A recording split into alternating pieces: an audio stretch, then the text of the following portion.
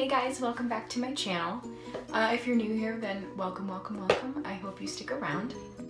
So in my last video, I told you guys that in my next video, I'd be giving you tips for anxiety, and this next tip, or rather, I guess you can call it a tool, is so amazing, and I'm so excited to share it with you guys. I don't think you understand just how excited I am. Just so you guys know, this tool was implemented by my therapist, so it did come from a legitimate source. It was recommended by a legitimate source. You know, I told you guys that this channel, I want it to be based off of credibility and a fact, and I want to be an actual educated source for you guys. So yeah, just so you guys know, I don't want you to think that I just pulled this out of my ass, excuse my language. But yeah, no, it did come from a very credible source. So without further ado, I'm going to share with you guys my anxiety log. Now, I know, anxiety log. Why would anyone be excited about that? But for someone like myself who suffers from anxiety, depression, and PTSD, it is amazing. It is so helpful, and I'm so happy that I'm sharing it with you guys today. So basically what an anxiety log is, you know, it speaks for itself. It is a journal or notebook where I just log in anytime I have an anxiety attack. I also, despite the name, I also log in when I have any depressive episodes or any PTSD episodes. I'm just going to show you guys like the standard setup. There were some things I added, which obviously you guys can add whatever you want based on what's necessary for you. I'm going to just show you an example. This is my first log. I know that seems pretty long, but as you guys know, I love to write. But anyway, so at the top, the first thing I write is whether it's an anxiety attack or a depressive episode or, you know, PTSD. Again, this can be altered for whatever condition you're suffering from. But anyway, just for me personally, I write whether it's an anxiety attack, a depressive attack, or a PTSD episode. So like here at the top, it says anxiety. I'll write the date on which it occurred, but also like if it occurred like say from like 11 p.m. from one day to like 3 a.m. to the next day, put both dates. And then after that, the time, same thing goes for that. I'd put the time bracket between when the episode happened. So this happened between 10 p.m. and 2 a.m.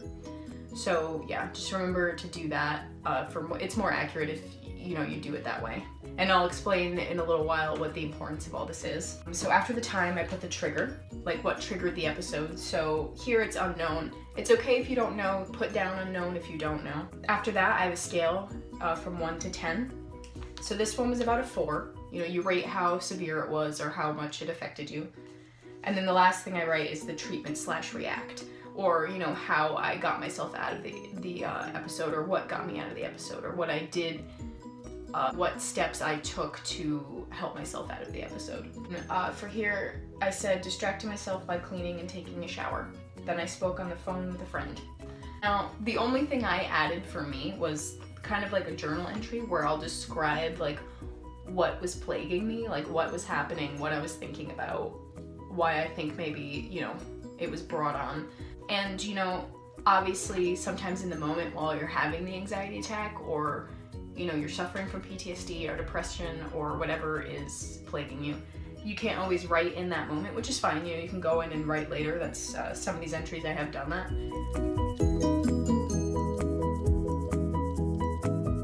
I just find it very helpful. Again, you guys know I'm a writer. I find a lot of therapy in writing. So obviously if that's not for you, that's fine. But the whole point of this log is to better keep track of, you know, when these episodes and things occur, because especially if you suffer from it, you don't always keep track of when they're happening or why they're happening. And if you do, you know, if you keep track of when it happened, you know, what triggered it, around what time it happened, you know, what you did to help yourself.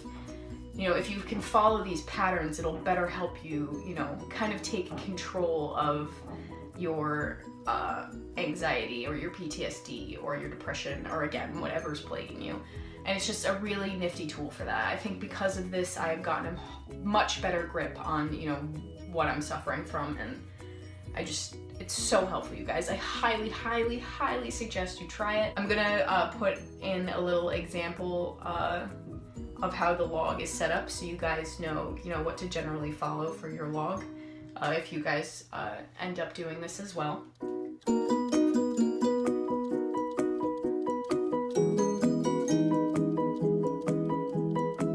So I know this video today was pretty short, but you know, this was pretty cut and dry. I just really wanted to share it with you guys. It's really amazing. Just so you guys know, I have some really awesome stuff for my next video. I have 2 new writing exercises I'm going to do with you guys.